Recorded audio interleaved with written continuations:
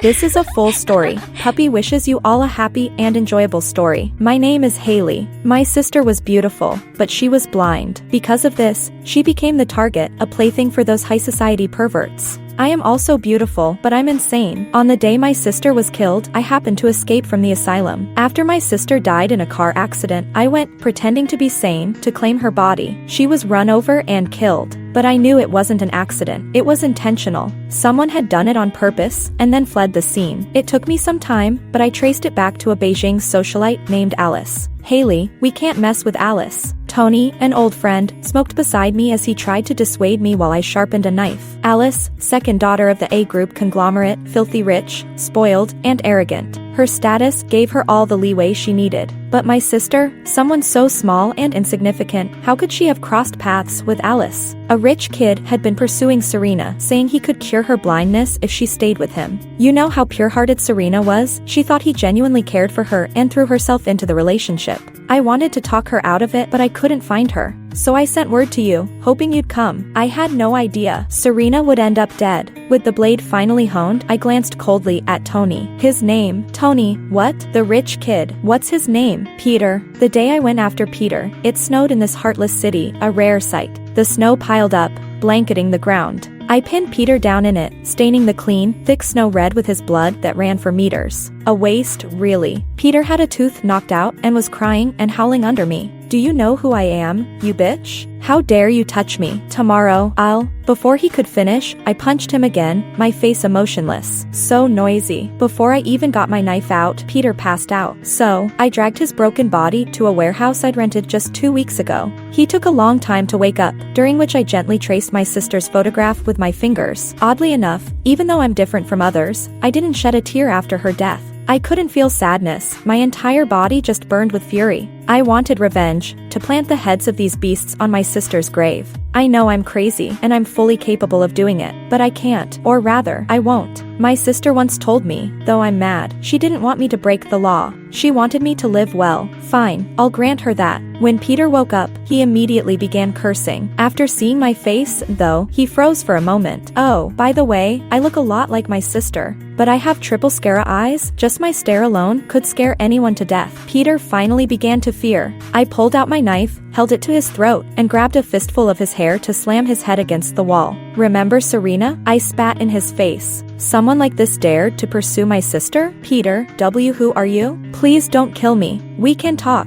Really? I have money. I can pay you. The next second, I dragged the knife tip across his neck, leaving a thin trail of blood. Please, it wasn't me. I just played with Serena. It was Alice who killed her. They were interested in Serena, so they took her. I had no idea she'd end up dead. My brows twitched as I kicked Peter over, pressing his neck under my foot, grinding his Adam's apple. Besides Alice, who else? Jack and John. After torturing Peter thoroughly, I left him in the warehouse. He would go without food until my revenge was complete. I followed my sister's advice. I didn't kill him myself, but his fate was now left to chance. A quick online search revealed that Jack and John were twin brothers, the twin heirs of the richest family in Beijing, a pair of true princes, born with silver spoons in their mouths. They were known to be Alice's playmates and accomplices, often covering up her crimes. It would be dull to go after Alice first. Better to take down Jack and John together, drag them into hell. I always succeed when I set my mind to something. So, when I found myself standing in Jack's villa, everyone gave me a surprised look. Jack and John sat together on the sofa, looking at me as though they'd just found a new toy. Are you here for the nanny position? Jack's mocking voice sounded, and I twirled around for effect. Isn't it obvious? Flirtatious, bold, and alluring. John whistled. Quite the minx. Bro, keep her around. It's been a while since we had any fun. He said this, then left, leaving Jack alone, crossing his legs and narrowing his eyes at me. You're Hale, is it? I nodded calmly, meeting Jack's probing gaze. Do you have any family? You look just like someone I knew. I'd never planned to hide my identity from the start. So, I said, I had a sister, Serena. She died in a car accident a few months ago. Jack's eyes lit up with excitement. You don't seem sad about it. Is that so? We didn't grow up together. No emotional ties. Didn't grow up together? Yes, I grew up in a mental hospital. Jack laughed abruptly, tossing the fake resume I'd given him into the air. Good joke. The paper fluttered down like snow, and through it, I locked eyes with Jack.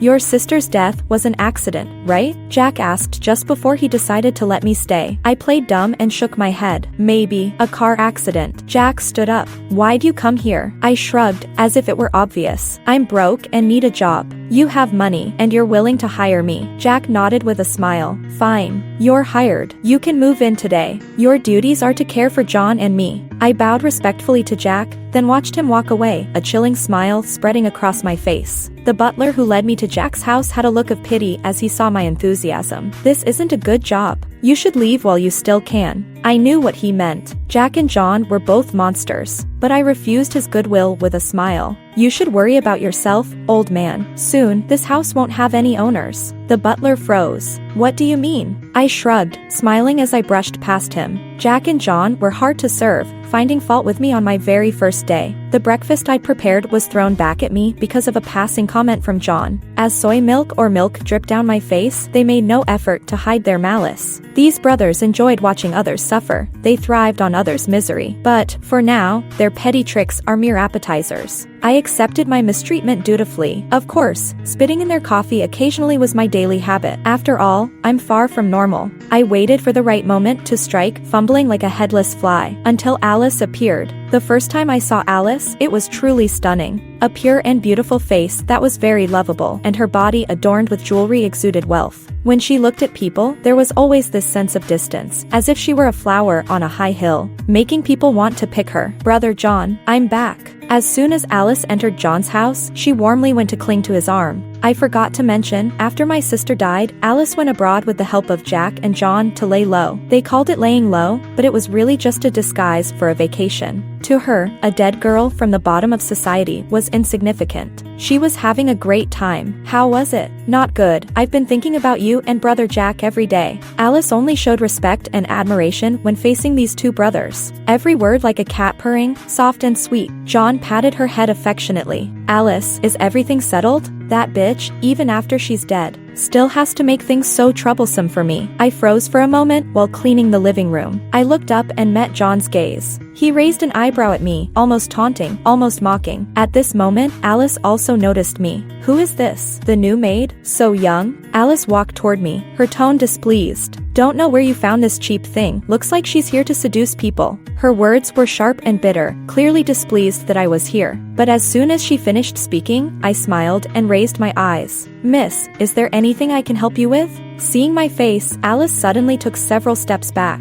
pointing at me with trembling fingers, her voice sharp. Who the hell are you? You. Just as Alice was about to stutter out my sister's name, a large hand gripped her shoulder from behind. Alice, stop making a scene and don't say things you shouldn't. Jack, I don't know when he arrived, pulled Alice back, but his gaze was still directed at me. Brother Jack, don't you think she looks just like?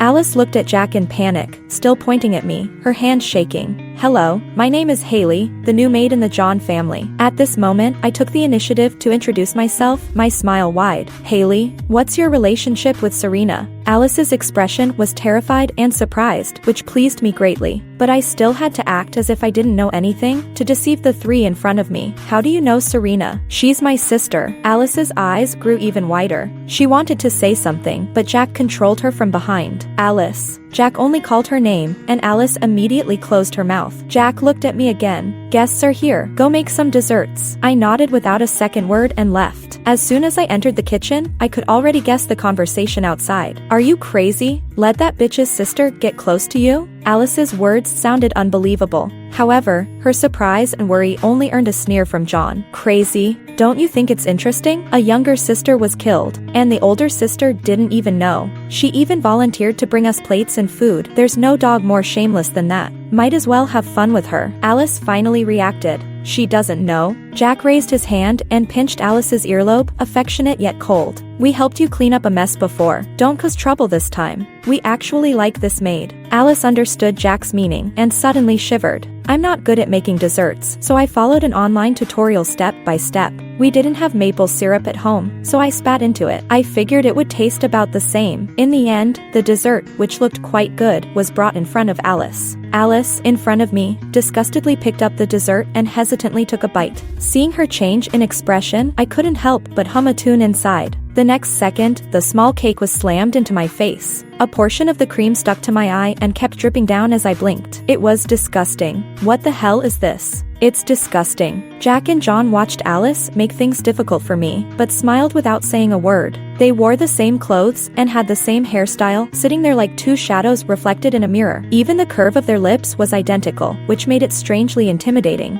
I was used to it, so I immediately kneeled down and apologized. Alice, seeing my servile demeanor, felt her anger subside a bit and became more interested. If you want my forgiveness, you have to act the part. Here, eat this little cake and I'll forgive you. As she spoke, Alice stomped on the cake on the ground, grinding it back and forth. Eat it. If not, I'll have Brother Jack fire you. My hand, which was pressed on the ground, slowly tightened into a fist, making my dignity seem so much stronger. Jack and John were even more excited. Seeing I didn't move, Alice directly stood up and pressed my head to slam it to the floor. Fucking eat it. Just like the rumors, the little princess of the capital was really nothing but her appearance. I muttered inwardly and lightly pushed her away. I used very little strength, but I didn't know how Alice ended up falling backward so violently. She staggered a few steps before falling to the ground, her expression dazed. You crazy bitch. You dare hit me? Alice felt pain, and tears started to fall. Her gaze towards me was full of venom, but I was utterly innocent. Sorry, miss, but I didn't use any force. If you were trying to act weak to get some attention from young master and have me fired, I truly have nothing to say. Saying that, I stood up with dignity, as if releasing all the pent-up frustration. I quit. For the first time, Jack and John didn't care about Alice. Hearing my words, they raised an eyebrow. Only an outburst seemed normal. If I continued to stay here and act submissive, it would only make Jack and John suspect me more. I tried to act like a normal person, both aggrieved and furious, wiping the cream off my face. You can't treat me like this. I'm a maid, but that doesn't mean I don't have rights. I have my dignity. I can't work here anymore. Goodbye. As I was about to leave, John stood up and stopped me. What rights does a maid have? You eat our food, use our stuff, and take our salary. Since you come from the bottom, you should know how to please people, don't you? At that moment, my fist clenched tight. In this game, I was the one who wanted to refuse. But right now, I couldn't pretend anymore. I wanted to smash my fist into that face, break it, make it a bloody mess, then dismember all three of them. But as I clenched my fist and considered my options, Jack also stood up. Alice, apologized to Hailey. Alice widened her eyes. What? Why should I? Indeed, you disrespected her first. What's wrong with apologizing? Jack gave Alice a cold look. I had never seen Alice behave so obediently. The rumors outside were that these brothers were Alice's loyal lapdogs. But in reality, Alice seemed more like a pet raised by these brothers. She could act spoiled, throw tantrums, and even kill someone. But she couldn't defy their words. After Alice apologized to me, Jack's gaze shifted to me. Hailey, stay. I'll double your salary. I was confused. Why? Jack gave me a gentle smile. Because we really like you. You do your job well. Your ability to handle pressure is impressive. No one is more suited for this job than you. Normal people would be tempted by money, and I probably looked no different. I chose to stay and, as I turned, locked eyes with Alice. It was at an angle where Jack and John couldn't see. I gave Alice a mocking smile. Alice's expression immediately turned to one of terror. But she couldn't say anything. It seemed as if the malicious triumph I had just shown was nothing more than a figment of her imagination. She was spoiled and arrogant, while I appeared pitiful, yet strong and enduring. Wait for it. Alice hissed viciously, then turned and left. I wore the same expression as before, silently planning when it would be best to deal with her. Jack and John both looked toward Alice's retreating figure at the same time. Bro, I think I'm starting to dislike Alice. She's become so dumb. It's just boring. After Alice left, my life became much more comfortable. Apart from having to endure a bit more harassment while serving Jack and John, everything else was smooth and pleasant. Taking advantage of my position, I hid miniature cameras in Jack and John's rooms. After all, these two had strange fetishes, and who knows, I might get some unexpected surprises one day. I had thought Alice might come back to stir up trouble, and I'd already planned how to deal with her effortlessly. But unexpectedly, Jack and John's father came first. This man I had seen in financial newspapers. He looked fierce and didn't seem like a proper businessman. He came to the villa with great fanfare, more like a local thug. The old butler pulled me into the kitchen. The sir is here. If you don't want trouble, don't go out. I raised an eyebrow, now more curious about Jack and John's father. Under the pretense of serving tea, I went out and stood off to the side. In front of me, Jack's father slapped him to the ground. Bastard, don't think I don't know what dirty things you're up to. Are you looking to die? The old man cursed fiercely, but Jack didn't move. He knelt obediently on the ground. John, you're old enough now. Stop letting your older brother take care of you. Don't go around making a fool of yourself. I'll fucking kill you. Jack's father kept yelling, completely unaware of how much darker Jack's expression was becoming. I almost wanted to laugh. I glanced at Jack, who was kneeling on the floor, but didn't speak. Father, it's me, Jack. When he said this, Jack's father froze, looking at him in shock and anger. It was a huge joke that a father couldn't even recognize his own son. But strangely, Jack's father didn't care, and he continued to scold and hit Jack. Since it's you, why haven't you taken care of your brother? What use are you to me? The company will be yours, but you're just as useless as your brother. I need an excellent son, not a worthless one. At this point, I looked up at the entrance, where a display of Jack's honors from childhood to the present filled the counter. If it weren't for me, anyone who looked at them would think Jack was especially outstanding. But despite all the awards and honors he had won, in his father's eyes, he was still a waste. How ridiculous. It seems like there's some truth to the saying, those who are hated have their own pitiable sides. After Jack's father left without catching John, he became even more furious, shifting all his anger onto Jack.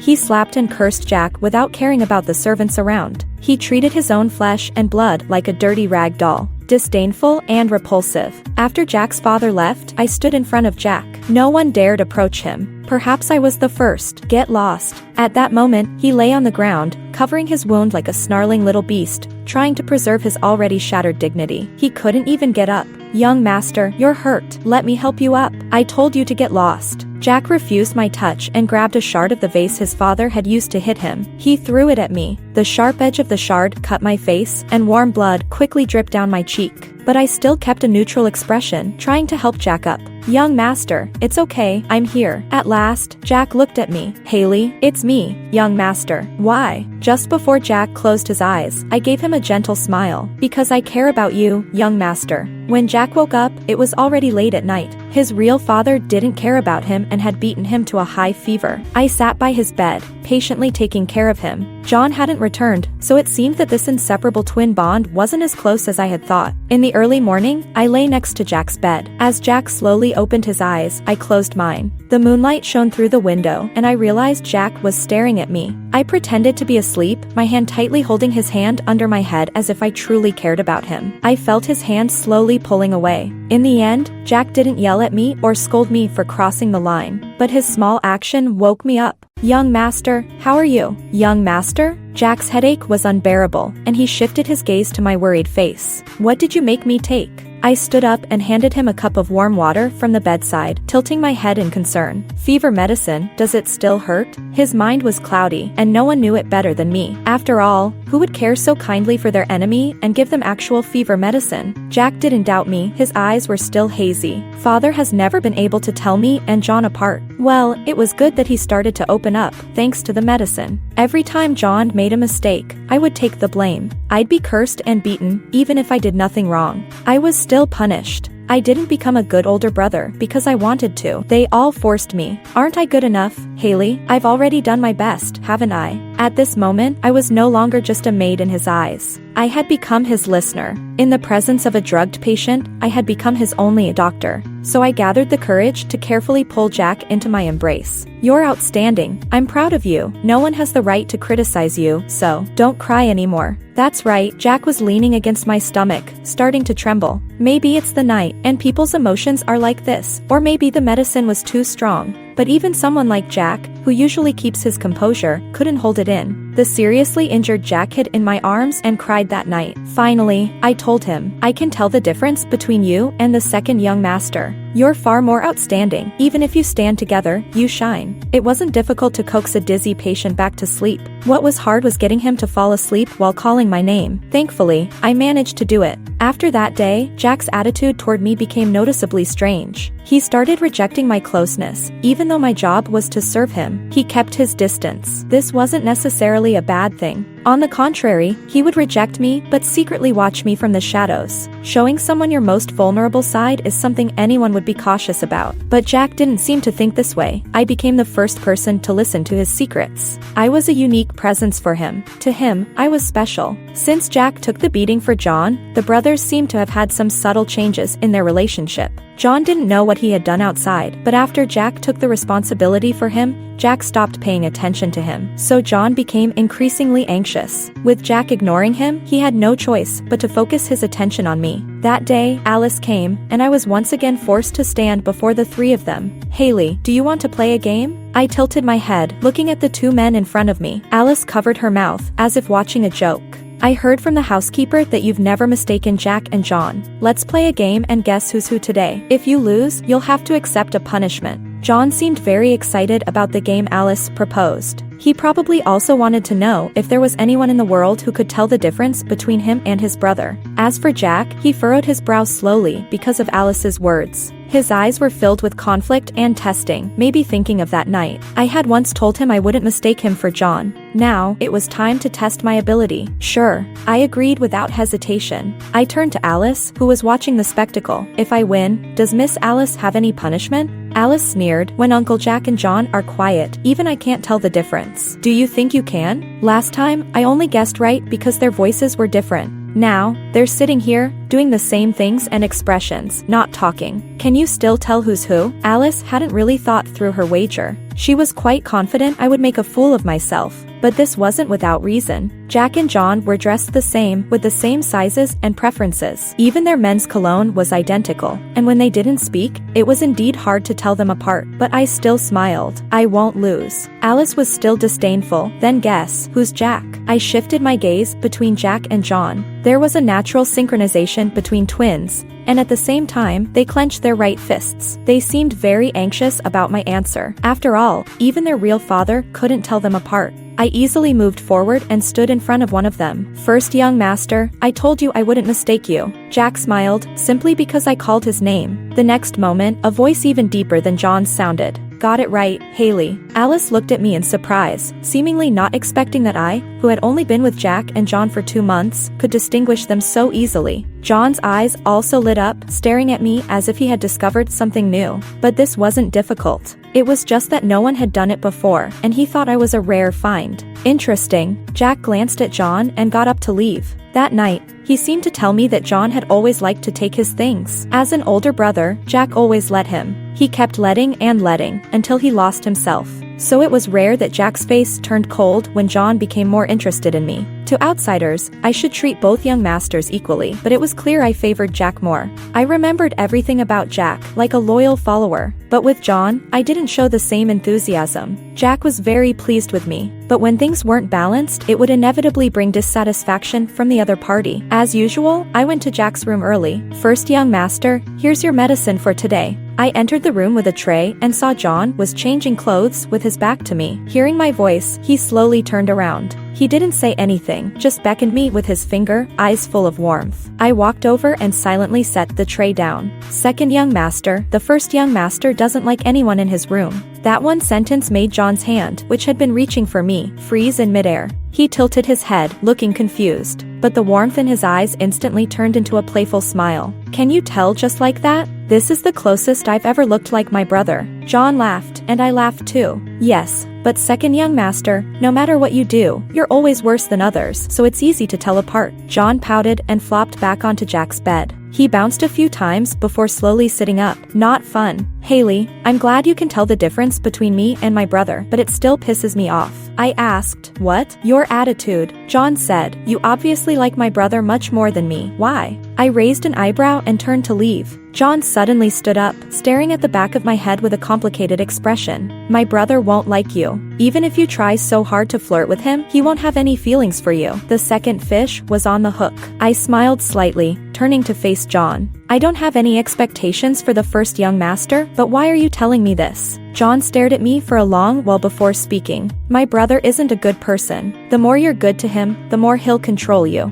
Women can be toyed with by him. Do you think you'll be the exception?" I didn't say anything, just squinted my eyes. The next second, someone walked into the room and pulled me into an embrace. Jack rested his chin on my shoulder, his gaze level with John's. John, you're really starting to forget your manners. Get out. I have to say, although they looked the same, some words coming from Jack's mouth were much more oppressive. John reluctantly left, and I detached myself from Jack's embrace. Young master, I have no other intentions toward you. As for second young master, what if I say, I do? Jack interrupted my words, staring into my eyes, each word deliberate. What would you do if I have other intentions toward you? What would I do? Of course, like a fool, I'd pretend to run away in innocence. The essence of emotional revenge is pulling back and forth. Making Jack and John notice me seemed not too difficult. The difficult part is making them realize that their interest in me has grown into affection. The people who are hardest to deal with are often conquered in the simplest ways. The higher the class, the cheaper they are.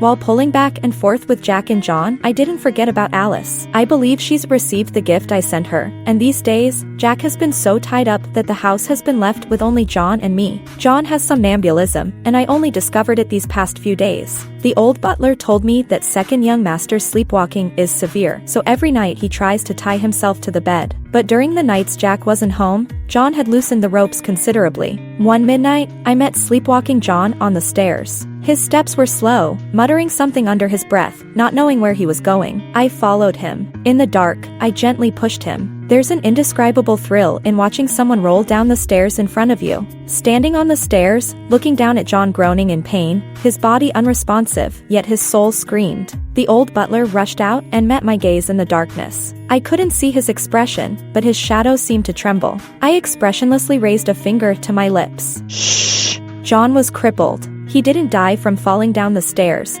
but he would spend his life in a wheelchair. He became irritable, self-conscious, and restless. Only when I appeared would he quiet down briefly. Then he'd ask me, "Did you do this, Hailey?" Every time we met, he asked the same question, and every time, I smiled and denied it. Wasn't it because second young master sleepwalked and fell? John began to doubt himself. Is that so? He looked up at me again. Can I still be okay? The doctor behind me shook his head, but I squatted down and held John's hand. I'll stay with you, whether you're okay or not. John smiled again, as if he weren't the one with a lifelong disability. What about my brother? Did you deceive him the same way? I didn't say anything, just tightened my grip on John's hand. I began to play the role of a patient, selfless caretaker. I took care of John day and night, enduring his bad temper and mad behavior. Surprisingly, when Jack found out about John, he didn't react. Neither did Jack's father. For a young man like John, their attitude was shockingly consistent. For several nights, John struggled to get out of bed and dragged his disabled legs to find me. The despair and resentment in his eyes were so clear. I could be spoiled and pampered, but once I'm useless, there's not even the most basic sympathy. Hailey, I accept it. Even if you pushed me down the stairs, I accept it. I just want to ask, will you leave? During those nights, I silently endured my discomfort and held him. No.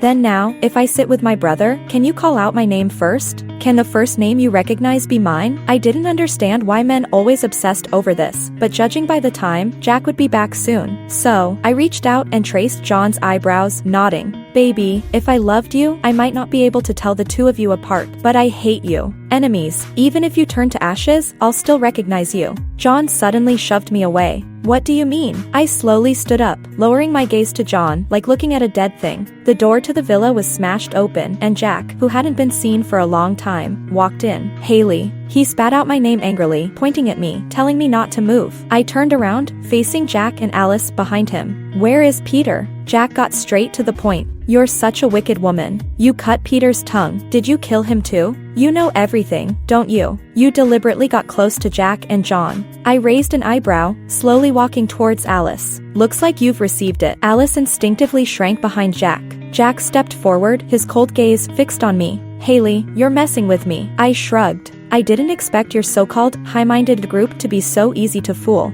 It takes no effort to manipulate you, but I still want to waste time playing with you. Enough playing now. Are you going to kill me to shut me up, Jack? Alice kept shouting behind him. Kill her, Jack, kill her, or we'll be exposed. But Jack kept staring at me, silent, not moving a step. John, on the other hand, made a sound. He looked at Jack. Brother, we've shared everything since childhood. Hailey is the only one I want to claim for myself. But she deceived me, and she deceived you. But I still can't bear to kill her. She's much more interesting than those women. Let her stay, she'll still be our shared possession. Kill Alice, and let Hailey willingly stay. Upon hearing this, Alice was furious. John, what the hell are you saying? We're all in this together. You should kill Hailey. He can't bring himself to do it. I slowly smiled, watching the three of them confront each other, even turning against each other. I always thought Jack was a calm and composed person. Though he was twisted, he wouldn't act as rashly as John. If we're to compare, John is the crazy one, while Jack is the calm psychopath. After hearing John's words, Jack's lifeless eyes never left me. Hailey, I won't kill you, so if you stay, even if it's just playing, you can play with me for the rest of your life. I nodded. All right, if you kill Alice, I'll stay and play with you both for a lifetime. Alice stepped back, her expression full of panic. Madman, you're both insane. I want to go home. Just as Alice turned, a dagger was plunged into her body. That knife was the one I had sent her with Peter's tongue. Now, Jack was holding it, ending her life. Good. At least that dirty blood didn't stain my hands. John lay on the floor, unable to reach his wheelchair, but the light in his eyes shone as he looked at Alice's lifeless body. He became excited. I couldn't help but wonder, if he hadn't been disabled, how much more cruel he would have been toward Alice, and how much he would have tried to please me. Brother, well done. Jack pulled the knife out and turned toward me. Brother, don't hurt Hailey. John clearly thought too much. Though Jack held the blood-stained knife, he brushed past me. His second target was his own brother. The knife, sharpened by me, cut straight through John's throat. John quickly grabbed his neck, but blood still poured out. Brother. He looked at Jack in despair and disbelief, his expression wild. Jack just stared at him blankly. Everything of mine has been yours since we were little.